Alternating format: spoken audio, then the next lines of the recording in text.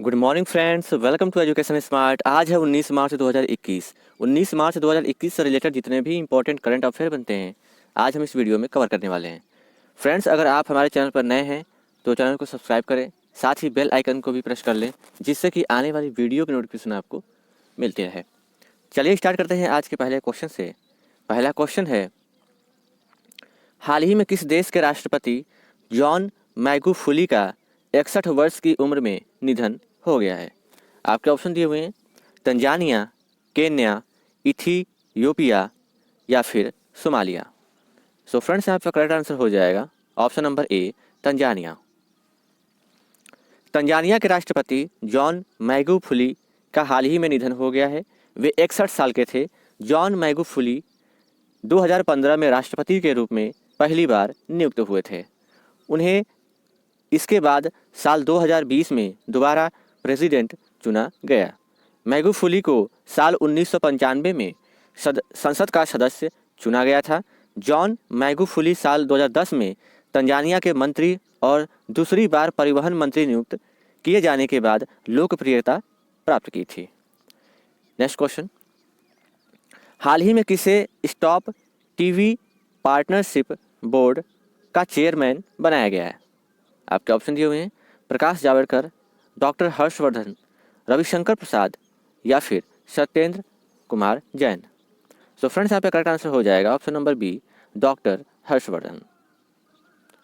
केंद्रीय स्वास्थ्य मंत्री डॉक्टर हर्षवर्धन को स्टॉप टीबी पार्टनरशिप बोर्ड का चेयरमैन बनाया गया है।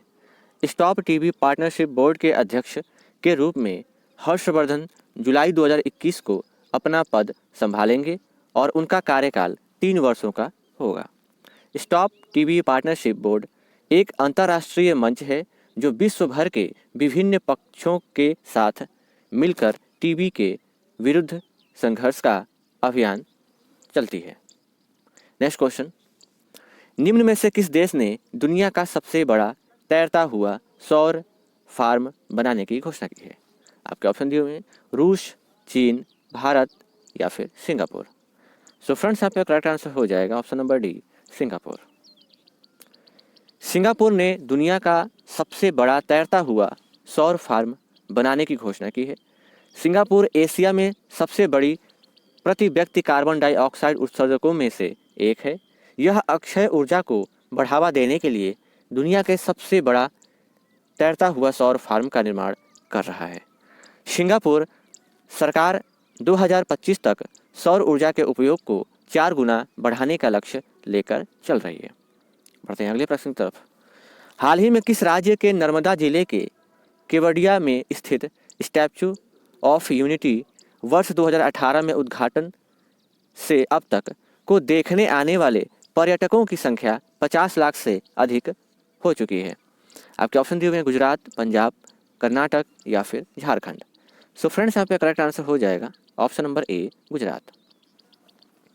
हाल ही में गुजरात के नर्मदा जिले के केवड़िया में स्थित स्टैच्यू ऑफ यूनिटी वर्ष 2018 में उद्घाटन से अब तक को देखने वाले पर्यटकों की संख्या 50 लाख से अधिक हो चुकी है। स्टैच्यू ऑफ यूनिटी का निर्माण सरदार वल्लभ भाई पटेल के सम्मान में किया गया है। स्वतंत्र भारत में 560 रियासतों को एकजुट करने का श्रेय सरदार पटेल को दिया जाता है, इसलिए इस प्रतिमा का नाम स्टैच्यू ऑफ यूनिटी रखा गया है। नेक्स्ट क्वेश्चन, हाल ही में केंद्रीय रेल मंत्री ने सूचित किया है कि जम्मू कश्मीर में किस नदी पर विश्व का सबसे ऊंचा रेल पुल अपने निर्माण के अंतिम चरण में है? आपके ऑप्शन दिए हुए हैं किशनगंगा नदी, चिनाब नदी, तवी नदी या फिर डोडा नदी। सो फ्रेंड्स, यहाँ पे करेक्ट आंसर हो जाएगा ऑप्शन नंबर बी, चिनाब नदी। हाल ही में केंद्रीय रेल मंत्री ने सूचित किया है कि जम्मू कश्मीर में चिनाब नदी पर विश्व का सबसे ऊंचा रेल पुल अपने निर्माण के अंतिम चरण में है। जम्मू कश्मीर के रियासी जिले में बनाया जा रहा है। यह रेलवे पुल नदी तल से 359 मीटर ऊंचा होगा और पेरिस के सुप्रसिद्ध आईफिल टावर से भी 30 मीटर ऊंचा होगा। नेक्स्ट क्वेश्चन, पूर्वी अफ्रीकी देश केन्या ने अपने किस पड़ोसी देश के साथ समुद्री सीमा विवाद पर अंतर्राष्ट्रीय न्यायालय ICJ की कार्यवाही में भाग लेने से इनकार कर दिया है। आपके ऑप्शन दिए हुए हैं सोमालिया, तंजानिया, केन्या या फिर इथियोपिया। सो फ्रेंड्स यहाँ पे करेक्ट आंसर हो जाएगा ऑप्शन नंबर ए सोमालिया। पूर्वी अफ्रीकी देश केन्या ने अपने पड़ोसी देश सोमालिया के साथ समुद्री सीमा विवाद पर अंतर्राष्ट्रीय न्यायालय की कार्यवाही में भाग लेने से इनकार कर दिया है। सोमालिया और केन्या के बीच हिंद महासागर में समुद्री सीमा के परिसीमन को लेकर विवाद है। अंतर्राष्ट्रीय न्यायालय की स्थापना वर्ष 1945 में संयुक्त राष्ट्र चार्टर द्वारा की गई और इसने अप्रैल 1946 में काम करना शुरू किया। नेक्स्ट क्वेश्चन है भारतीय रिजर्व बैंक RBI ने हाल ही में किस बैंक पर 2 करोड़ रुपए का जुर्माना लगाया है। आपके ऑप्शन दिए हुए हैं पंजाब नेशनल बैंक, देना बैंक, SBI बैंक या फिर bank of Baroda. So friends यहाँ पे करेक्ट आंसर हो जाएगा ऑप्शन नंबर सी SBI। भारतीय रिजर्व बैंक RBI ने देश के सबसे बड़े bank state bank of India यानी कि SBI पर 2 करोड़ रुपए का जुर्माना ठोका है। यह जुर्माना बैंक नियमन कानून के उल्लंघन करने के चलते लगाया है। RBI का कहना है कि SBI ने बैंक कर्मचारियों को भुगतान करते समय जारी निर्देशों का पालन नहीं किया है, जिसके चलते उस पर जुर्माना लगा है। नेक्स्ट क्वेश्चन, केंद्रीय मंत्रिमंडल ने 16 मार्च 2021 को भारत और किस देश के बीच खेल और युवा मामलों में सहयोग पर समझौता ज्ञापन पर अपनी स्वीकृति दे दी है। आपके ऑप्शन दिए हुए हैं नेपाल, मालदीव, चीन या फिर रूस। सो फ्रेंड्स यहाँ पे करेक्ट आंसर हो जाएगा ऑप्शन नंबर बी मालदीव।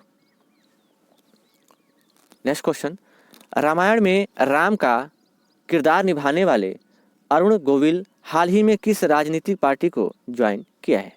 आपके ऑप्शन दिए हुए हैं भारतीय जनता पार्टी, कांग्रेस, आम आदमी पार्टी या फिर शिवसेना।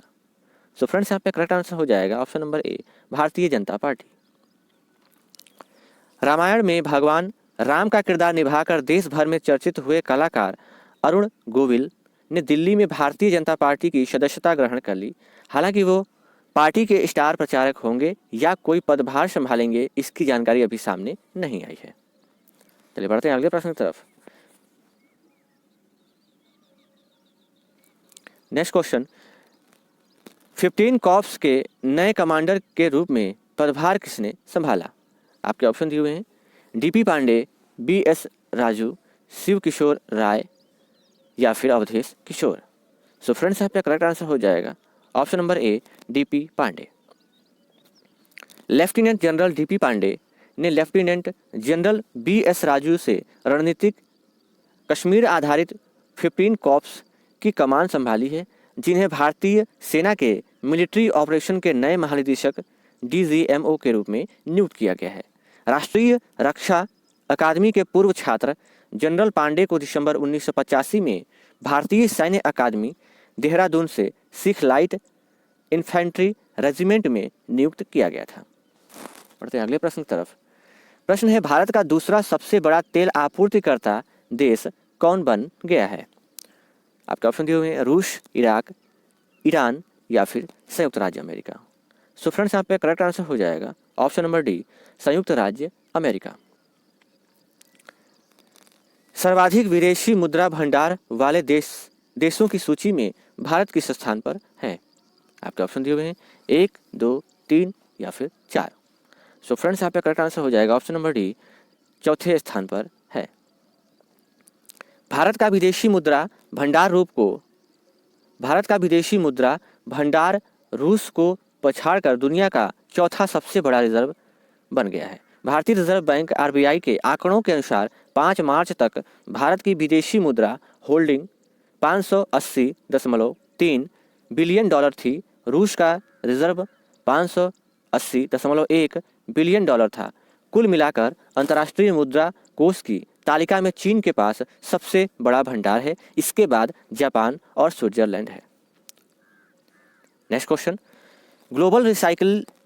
ग्लोबल रिसाइकलिंग डे किस तिथि को मनाया जाता है।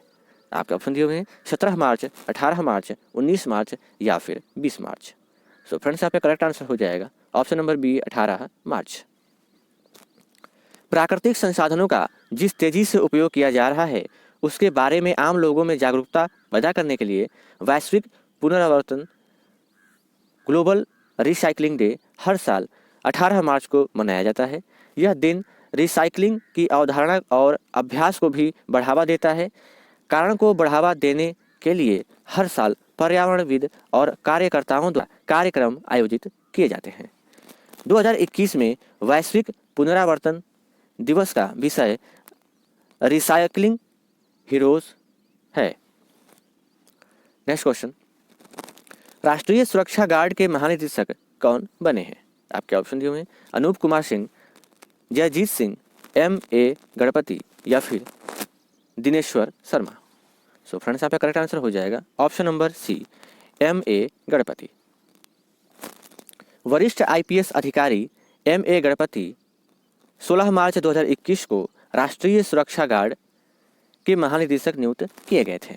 उत्तराखंड कैडेट के 1986 बैच के भारतीय पुलिस सेवा IPS अधिकारी गणपति वर्तमान में नागरिक उड्डयन सुरक्षा ब्यूरो के महानिदेशक हैं। उन्हें पद से जुड़ने की तारीख और 29 फरवरी 2024 तक यानी उनकी सेवानिवृत्ति की तारीख तक महानिदेशक राष्ट्रीय सुरक्षा गार्ड नियुक्त किया गया है। फ्रेंड्स आज के लिए बस इतना ही। वीडियो कैसी लगी? वीडियो अगर अच्छी लगी हो तो वीडियो को लाइक करें और वीडियो को ज़्यादा से ज़्यादा शेयर अवश्य करें। फिर मिलते हैं अगली वीडियो में, तब तक के लिए जय हिंद, वंदे मातरम।